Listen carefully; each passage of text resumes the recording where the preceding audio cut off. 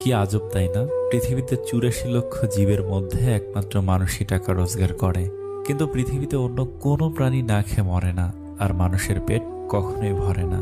কি অদ্ভুত! কারো সুখ দেখলে খুশির বদলে আফসোস হয়, আর কেউ বিপদে পড়লে সমবেদনার থেকে সমালোচনা বেশি হয়। আপনার অর্থ কম থাকুক, যোগ্যতা কম হোক, কিন্তু আপনার কথা, ব্যবহার, আচরণ যেন সুন্দর হয়। মানুষ হিসেবে এগুলোই বড় সম্পদ।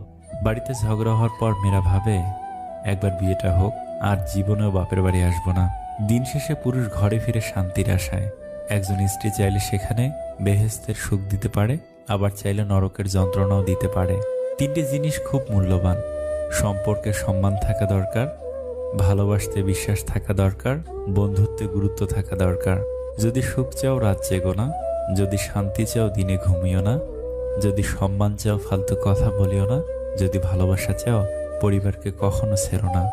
এত মানুষের প্রয়োজন নেই, কথা বলে শান্তি লাগবে, মন হালকা হবে, এমন একটা মানুষ থাকা প্রয়োজন।